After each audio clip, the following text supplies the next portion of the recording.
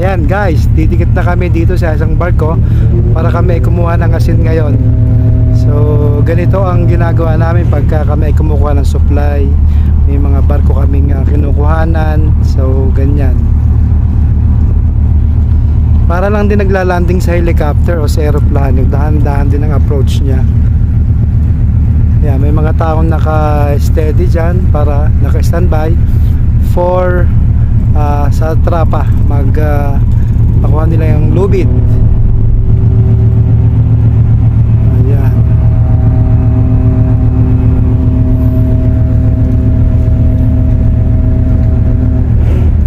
May nakadikit din dun sa kabilang yun, oh. Bali naghahangon ng isda. Dito puro barkong isda, carrier, fishing boats. Ayan, si Jimban ang bumibira. Ihagis doon sa kabila. Ayun, inihagis na. Dumagasa doon sa kabila.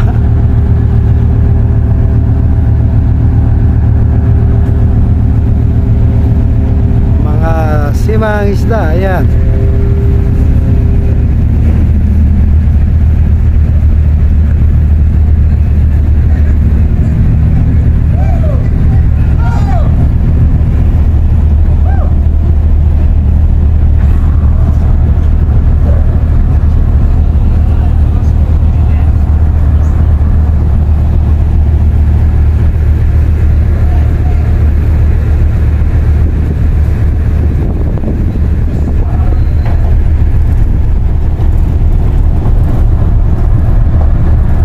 Mano. Ayan.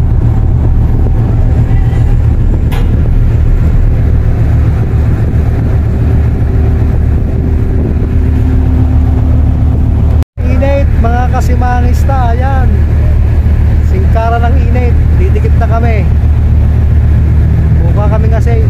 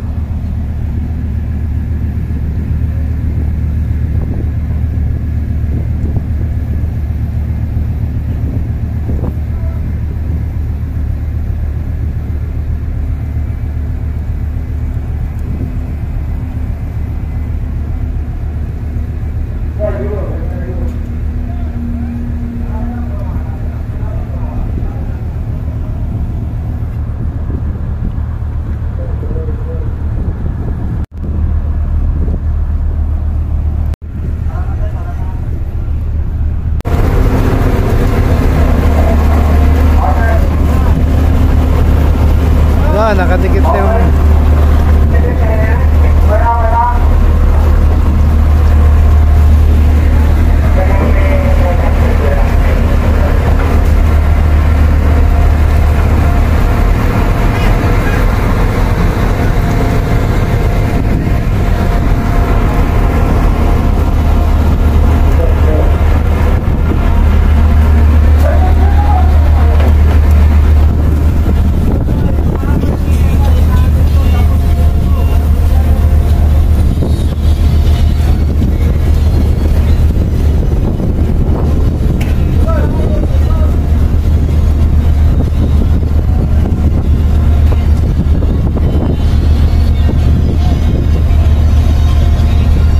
puro trapa po o lubid na malalaki ang bali hinihila dyan para kami totally makadikit mga kasimangis na.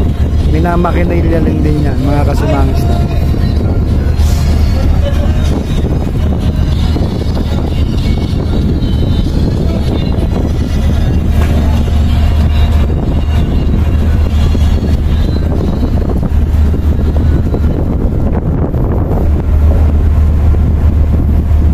Para lang din naglalanding sa helicopter, dahan-dahan yung approach. So kailangan lang nila ng giya para may agis yung trapa. Yung hawak na yun, yan. Yun yung giya na tinatawag. Giya daw ang tawag dyan. Tapos naka-attach yan doon sa lubid para pag inihagis sa kabila, bibirahin naman yung mga lubid na yan para dumikit yung barko sideward. Nakadikit na kami, saglit lang, oh. Kukuha na kami ng asin para sa aming supply. Kaya mga kasimangista, tunay-tuniladang asin naman ang ating kukuhanin. Pag nasa laot tayo, tunoy-tuniladang isda ang ating inuhuli. Ngayon naman, pagka nakadikit kami dito sa barko, tunoy-tuniladang asin ang aming kinukuha. Ayan, nakadikit na kami sa barko na ito. Ayan, okay, Paro. Ayan.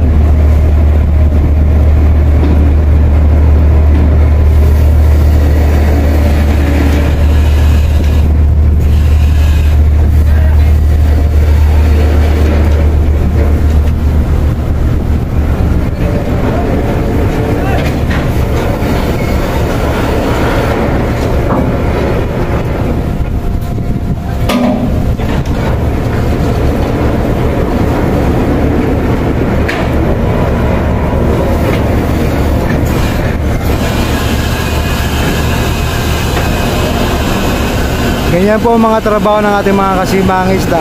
Doon sa kabilang barko na yan, carrier yan, reefer carrier po yan. Siya po ang pinaglalagyan ng ating mga isda na hinuhuli. Diyan po nagtatransfer ang ating mga kasimangisda, ang mga barko ng isda dito sa barko na to, para yan po ang magdadala sa mga kaning o doon sa konsakwan ay ilalata ng ating mga tuna, mga kasimangisda. Diyan po sa barko na yan sinasali ng ang mga tuna. So pagpapunta po sila dito sa Papua New Guinea, sila po ay may mga dalang asin yan. Galing po sa padala po ng ating kumpanya. Yan po. So kasi yung asin po, pagka maraming ang isla, kailangan mo maraming asin. Doon sa kabila naman yun, kung nakikita ninyo, may naghahango din yun, no? May mga isda doon sa taas, may naghahango, itinatransfer dyan sa barko na yan. So kami naman kumukuha ng asin kasi ibang barko ang aming pagtatransferan ng aming isda, mga kasimang isda. So magla-live tayo pag pag tayo ay may available time. Ayan. Kaya mga kasimang isda, asin-asin. Ibang kumpanya po yan mga kasimang isda, ibang kumpanya. Carrier sila, reefer carrier.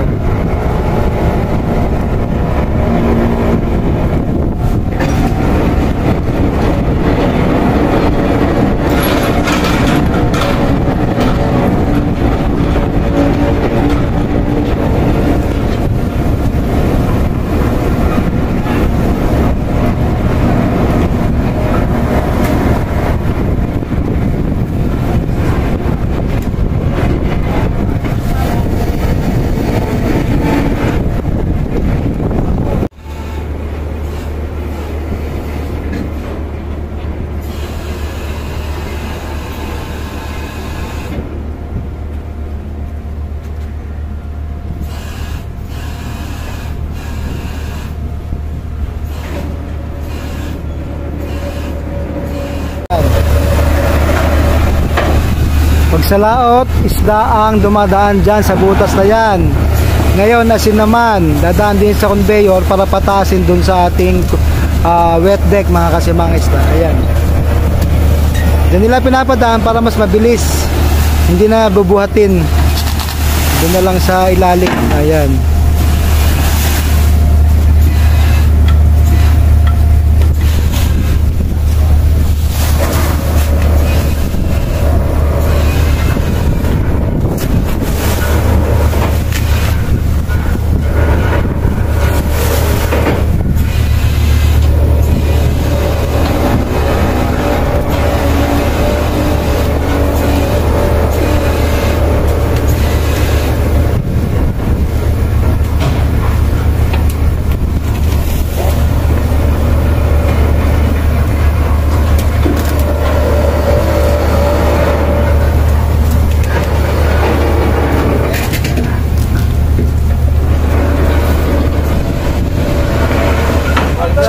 Chip Carl, ilang tonelada yan?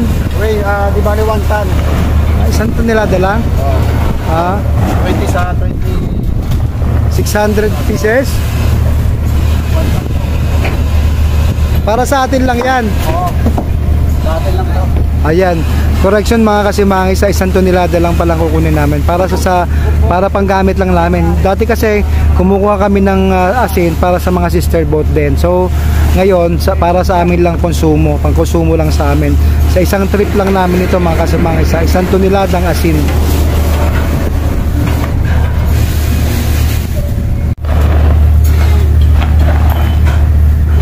Rock salt.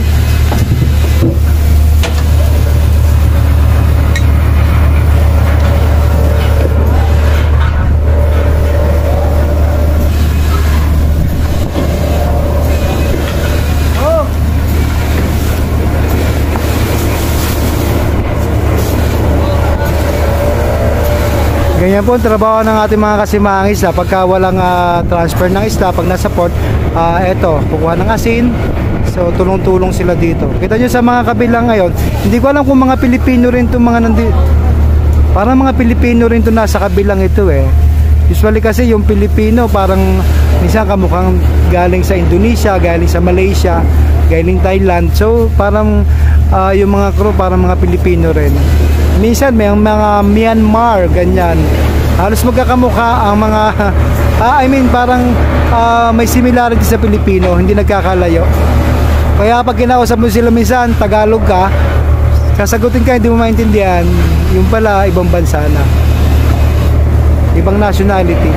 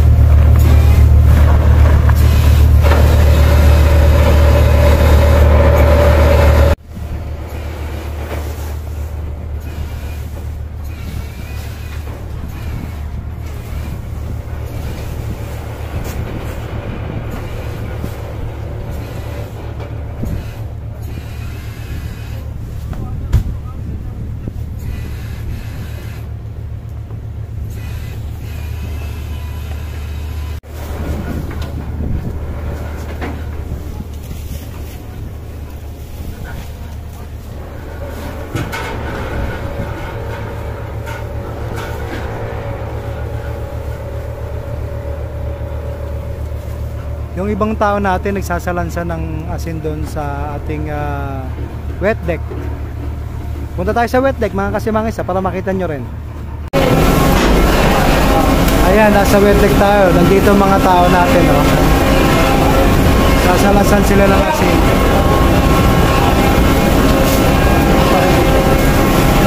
Ayan. Eto na ating mga kasamahan. Ayan. Ayan.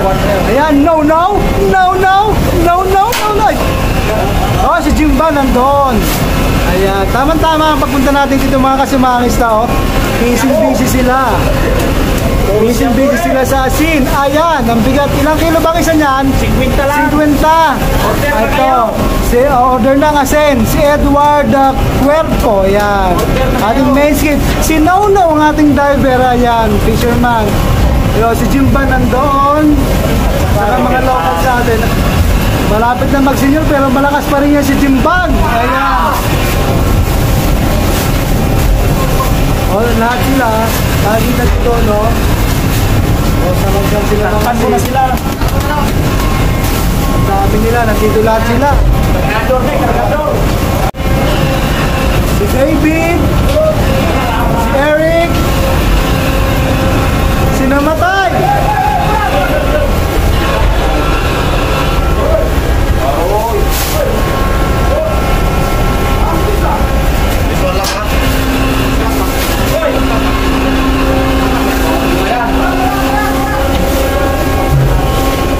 Ang sibak.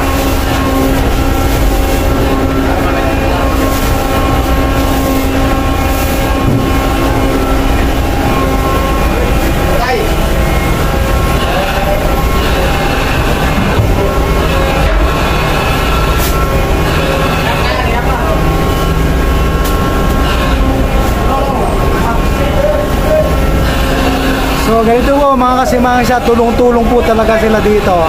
Ayan ang trabaho natin, fisherman, lahat sila dito, nandito na. Yung fisherman boy, skipman, speedboat driver, skipulawagan, lahat po dito, tulong-tulong sila.